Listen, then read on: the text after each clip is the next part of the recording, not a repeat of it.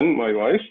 So as per the previous discussion, so we have completed how to use array list concept and how we are going to store the objects into the array list, and we have seen how manipulation is going to be done with the objects that have been stored in the array list. Now we have to see linked list concept here. I'm running my presentation.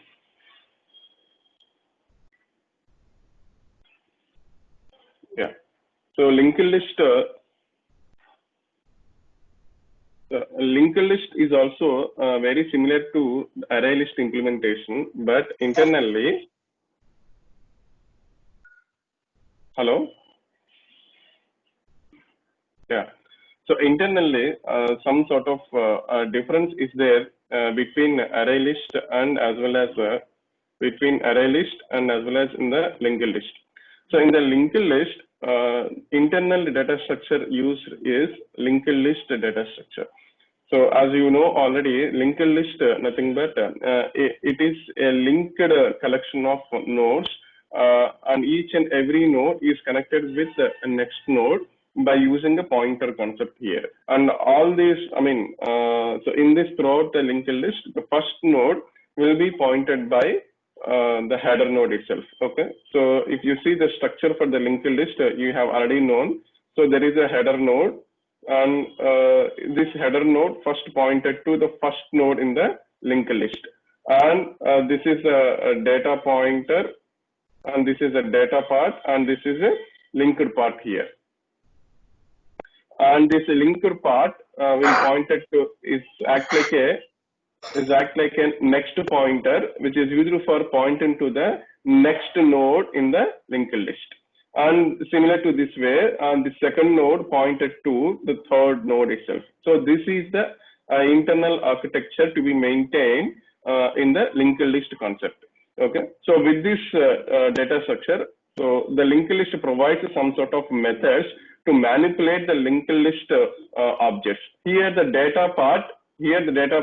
So just for programming purpose, we are storing some integers or float or double. But here in Java, so in the place of data part, so we have to store objects. We have to store objects itself. Okay, and as usually the next pointer and the pointer manipulations will be automatically done by JVM itself. You don't bother about how to do the pointer manipulations on all these things. So as per the way how we are doing, the way how we are calling the methods with respect to the methods calling in your program, so the pointer manipulations will be done automatically, so that you don't bother about the pointer manipulations, how it has to be done internally. Okay, so your part is here. So you have to manipulate the objects in the linked list by calling different types of methods here. So by seeing these methods, we can able to understand what exactly the operation is going to be performed in the linked list. Suppose here the first method is here add first. The add first method, if you call, so it will add the given object into the first location. So this is the first location. So already the first location object is there. Okay, so that add first method will call, add first method will insert a new object into the first node as a first node.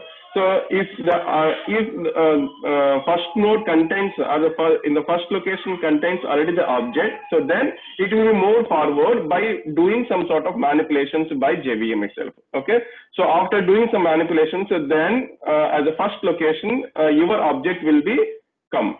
Okay, and the second method is add last method.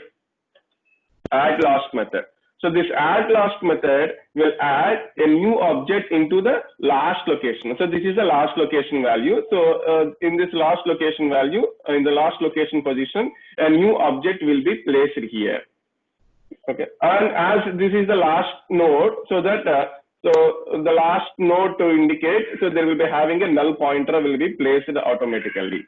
And the next one is get first method. The get first method is used for placing, retrieving the first node value from the linked list. So this is the first node value. So within this first node, whatever the object is there, that will be returned back by the get first method and the get last method. So get last method returns an object which is there at the last position value. And the remove first method. The remove first method removes first node value, first node object. And the remove last method, so removes the last node value from the linked list. And as usually, so there are some sort of methods like add method. We can use add method because this is a collection framework. I mean, linked list came from the collection interface, so that all the methods of collection interface will also be included in the linked list. Okay. So one of the method is here add method. So add of, suppose if you use index comma object. Add of index comma object, so that in the specified index, if you give the object, so then that object will be placed in the specified location. This will be perfectly all right in the linked list also. This is the insertion at the middle. The operation is just like insertion at the middle. Okay. Suppose if you are using add of, just use object. If you use this add of object, so then it will add a new object to the last location value, here. To the last location value. So this is add of object is very similar to add last method. Add of object is very similar to add last of object here. Okay. But here add of index comma object is used for adding object into the specified location. This operation, as per the linked list, this operation is called as insertion at middle operation. Okay, so like this we can do add and add of object methods also. And similar to that, we will be having a remove method also. A remove of object. Otherwise, remove of index comma object also. So we can use remove method similar to the way how we are using add. So this remove object will remove the given object from the linked list, and remove of index comma object will remove the object from the existing object from the specified index. So like this we can use these 4 different types of methods from the linked list. Okay, so this is the linked list operations, the way how we are doing. Okay, so see this example here. The first one, we are creating linked list object here. This linked list object is used exclusively for integers, storing integer objects only. Okay, and from this linked list object, you see, first I am using add method. This add method adds 10 in terms of integer object stored into L1 object here, and similar to that way, 11 is an integer converted into integer object, and this integer object added into L1 object here. LL object is a linked list object here, and you see this one, 13 converted into integer object, and this will be added as a last position into the LL object here. And next one is 20. 20 is converted into integer object, and this integer object is added as a first node value into L1 LL linked list object. So these are the way how we are doing the operations here. And finally, what we are getting first position is 20, because 20 we are adding, we have added as a first location 20. And then next node value is 10, and the next node value is 11, and the last location value is 13. So this is the insertion order, how we are adding the numbers into the linked list concept here. What we have done previously. So we have created array list string object, and we are adding some sort of string values into the stay list. And I am printing stay list object, so that it will print all the list of elements, all the list of string values that we have already added into the array list. And the next we are printing the size of the list by calling stay list dot size, returns the size of the current size of the number of elements into the list, and then we are doing some manipulations here. We have seen the difference between set and add method. The set will overwrite old object value with a new object in the given index. And then we have applied index of and last index of operation, and then we are getting specific index object value by calling a get method here. Okay, and then contains method also. So htList.contains of theta and contains of xyz. So how we are returning, how contains method returns if the object existed, if the object is not existed in the array list. And at last we have seen how to remove the specified index objects from the array list, and then iterating. So how we are iterating using for loop. So this is a shortcut way we are using for collection framework to iterate to traverse all the elements from the collection framework. So because the object came from the htList or the kind of string, so that here I am storing, here I am declaring the string variable. Suppose the objects came from the htList, for example, use a specific kind of object. Suppose it came, object came from the htList is a student object, so that we have to write here a student. Okay, so we have to define, we have to know what kind of objects came from the array list. After that kind of object we have to declare here to receive the specific kind of objects from the array list every time. Okay, and then we have seen how to sort the elements using collections.sort.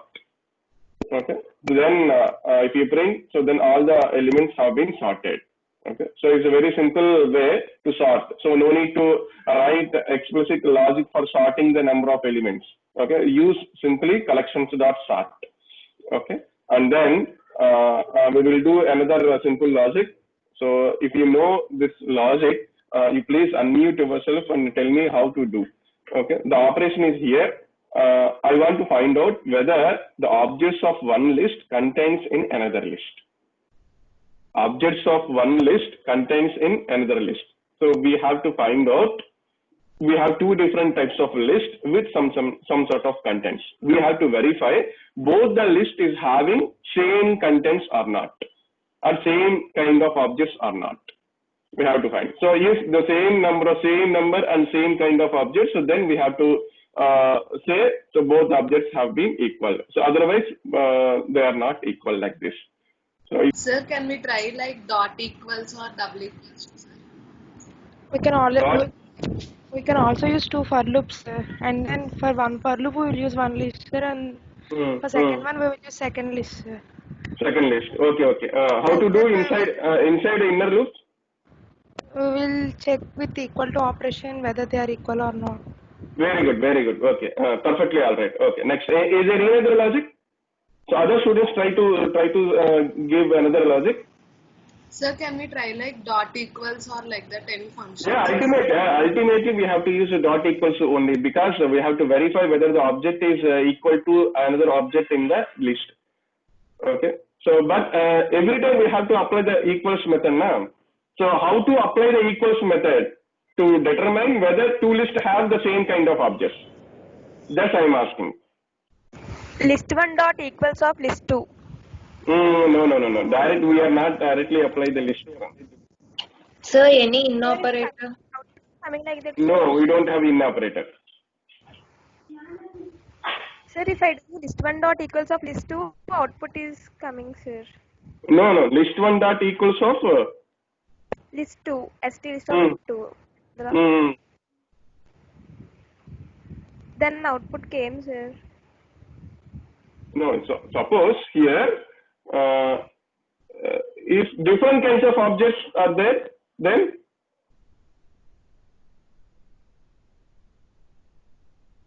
yeah. Suppose here so I have two different kinds of list. Okay. So who told you that logic? List1 dot equals of list2? Just I tried, sir. Oh, no. Who's that student? Sir, it's me, sir. 1244. 134. Very good, very good. Okay. So it's also perfectly all right. So I'm trying array list.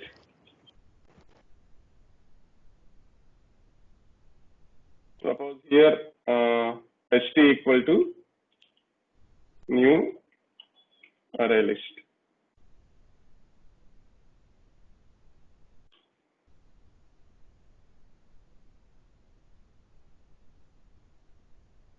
So here can I use to create st from st list like this?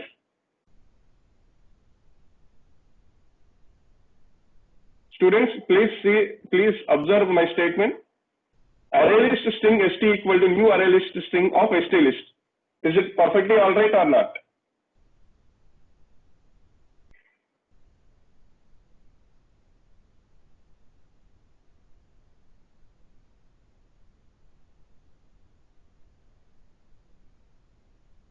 Students,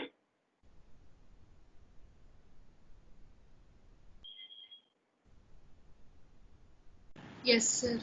yeah, very good. Okay. So, but we have to write this statement after adding all the list of elements. Okay. So, suppose here I want to create a st from st list. Okay.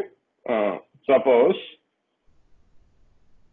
I'm using the statement like st dot equals of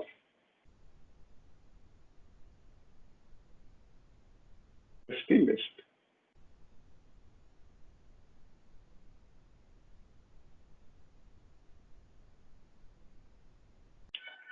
Let me run this program.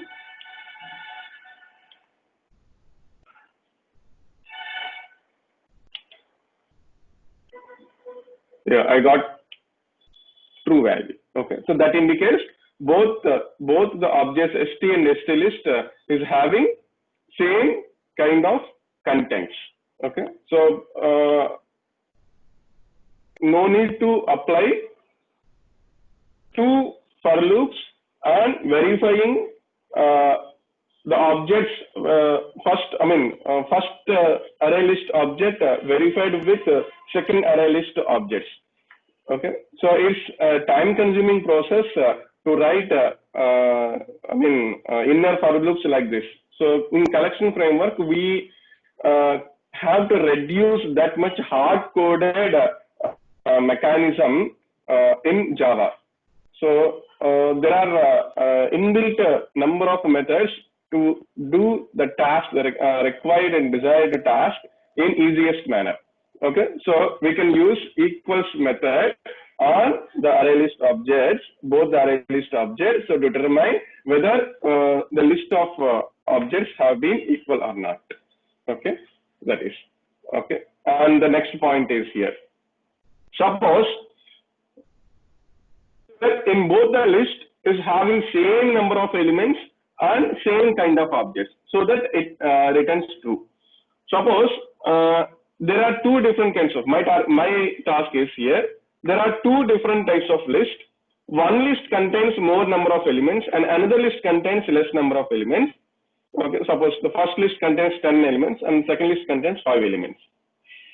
Okay, I want to determine whether these second list 5 elements are existed in the first list which contains 10 different number of elements. Then how we have to do? Please unmute yourself and tell me the procedure. Is there any function like subset or? No, we don't have that. But there is having a sublist method, but sublist method returns a group of objects. If you give two indices, starting index and ending index, then from this path, so we will get the list of objects here. I think that may not be suitable for our task.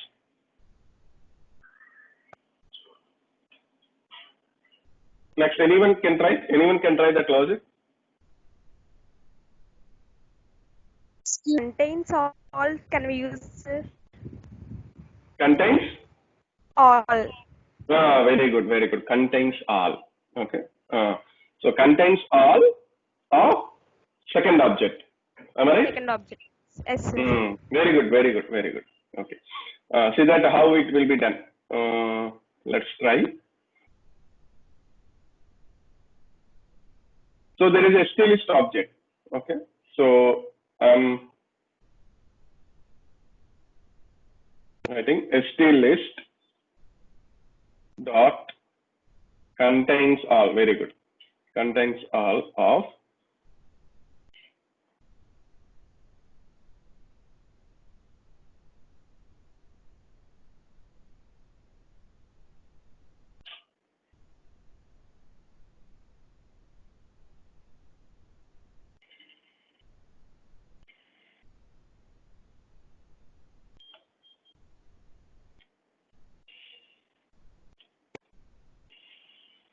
new array list of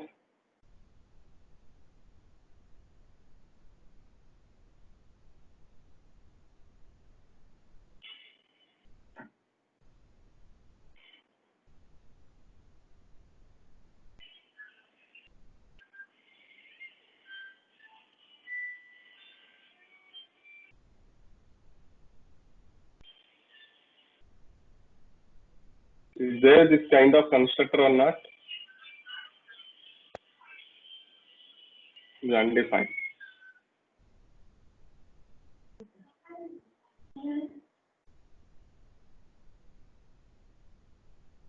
So L dot add of L dot add of theta. I think these two objects have been there in stylist. Am I right? Stylist dot contains of AL. Let's see how this will be executed. Yeah. So got true because this Rama and Sita are existed in stylist. Every object is there. Suppose if I am giving another string, okay, and let's try got false because first object is there in the stylist, but the second object is not there in the stylist. So that returns false. Okay. So that here for this purpose also there is no need of using hard coded mechanism. Okay. So to do this kind of maximum possibility you have to use only methods that are there in the list in the collection framework only. So maximum of the operations.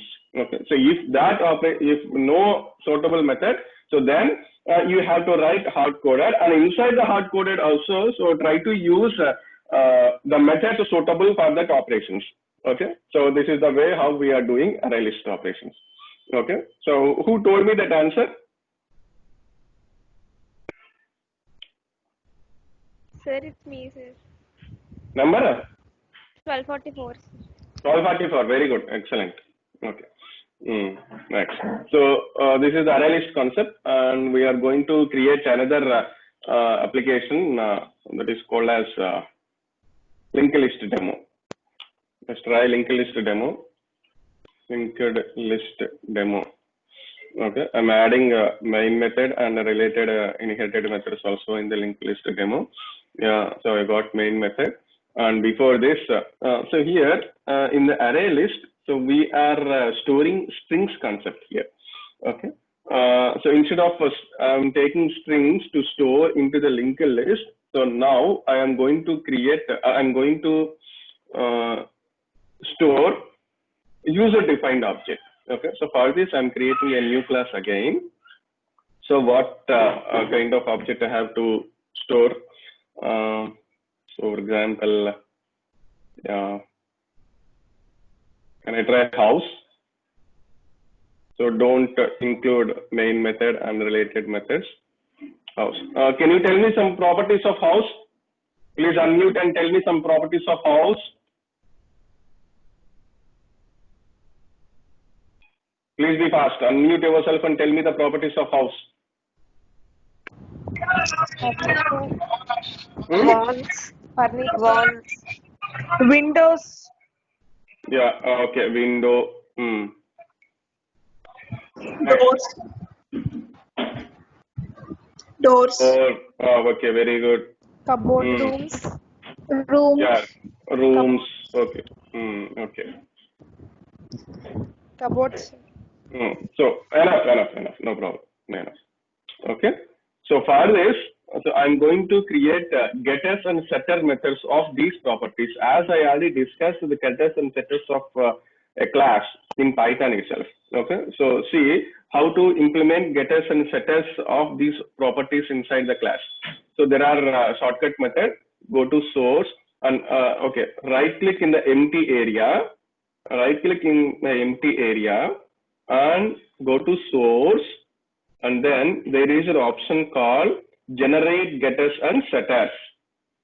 It will show you the list of properties for which you want to add getters and setters. Select all, click on select all, and then click OK. Then it will add all getters and setters for each and every property. See this. This is for window property. This is for window property. Get window and set window. And then this is for get doors property. Get doors and set doors. And this is for rooms. Okay. Get rooms and set rooms here. Okay. So just save it and go to LinkedList demo.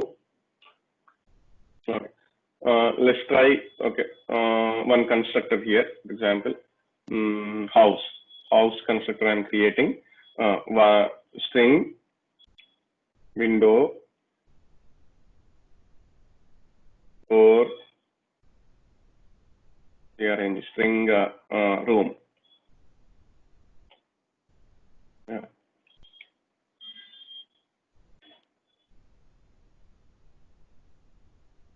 This dot window, as we already discussed, this how this is worked. In Python, we have seen how this works, and we have taken example also, real-time example of how this works. Okay, and again doors equal to door, and rooms equal to room. Okay, one constructor I have created, and go to linked list demo. So here I'm creating a linked list object here, linked list houses equal to new linked list of empty object I'm creating here. Now houses dot add new house of first one is first argument is window. Yeah.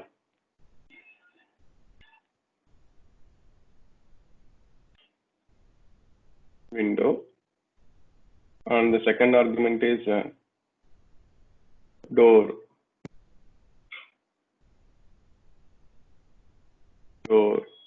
and third argument is here room.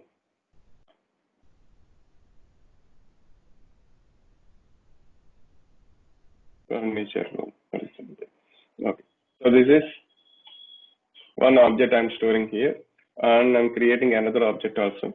So the concept is here, for which purpose I am storing, I'm using the linked list house purpose, so that generic class kind is here house. Every time don't forget to use the object name associated with the collection framework here. And then I'm creating another, constructing another house and adding into houses, and again new house of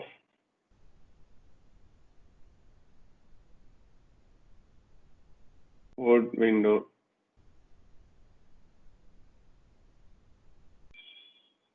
iron window, like this. Room.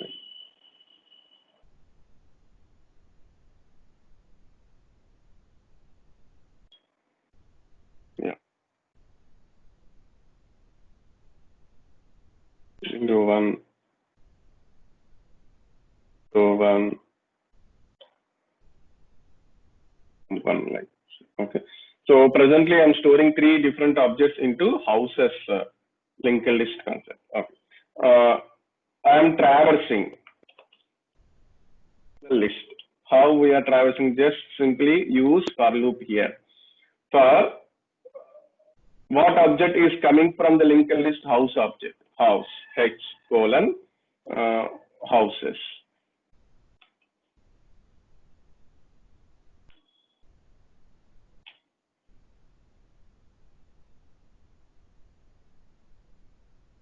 Yeah. House. Yeah. It's out. H dot get doors.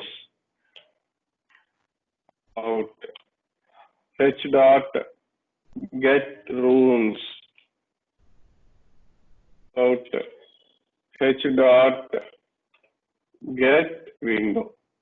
Like this, you can call getter methods from H object, which is came from houses linked list. Okay, this is the getter methods. Okay, let me try this program whether it is executing so far. Yeah, I got the win. I got. So there are okay.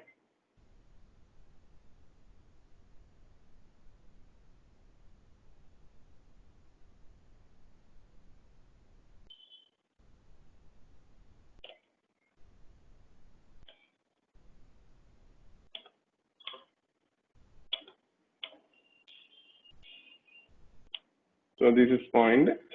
This is the first object content, and this is the second object content, and this is the third object content here. Okay. So like this, we can traverse each and every object that is there in the linked list. And as per the linked list concept, so we are using add first, add last like this also. Okay. So here houses dot add first of again new house of first window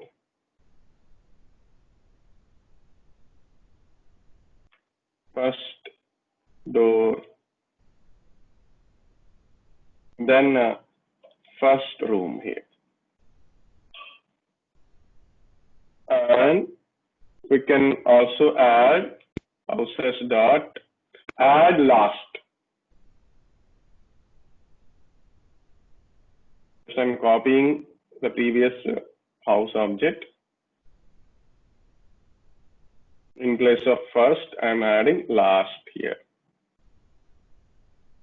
Last, and then last. And again, I'm printing all the objects, for example.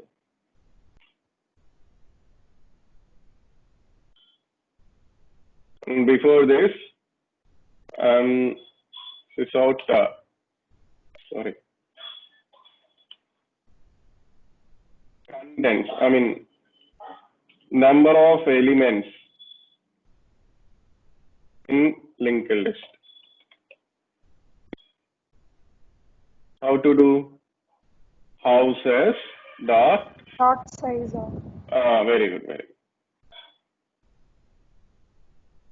To the size. Yeah. Let me try this.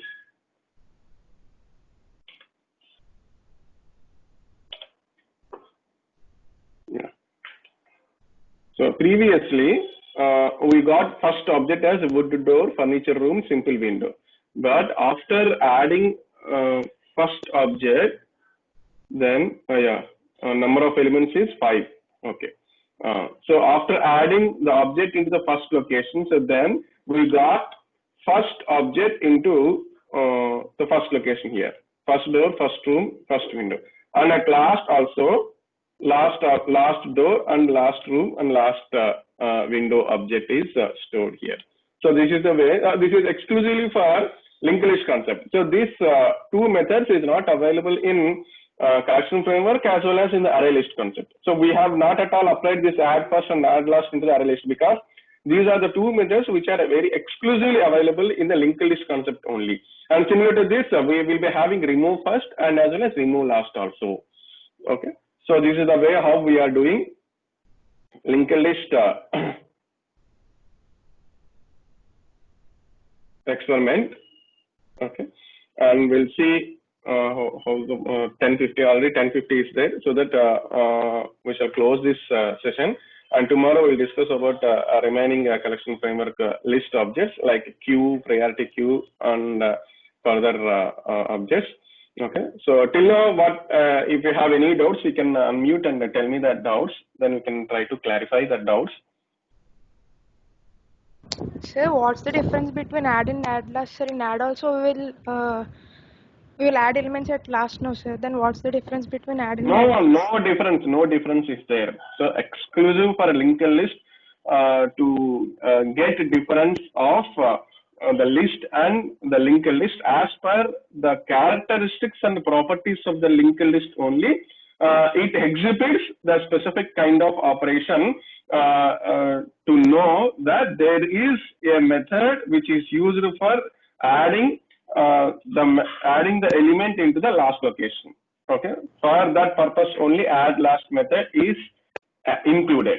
Okay, so if there is an add method, so if you don't go through that add method explanation or add method functionality, so then you don't know about adding the elements into the way how the methods are, objects are adding into the linked list.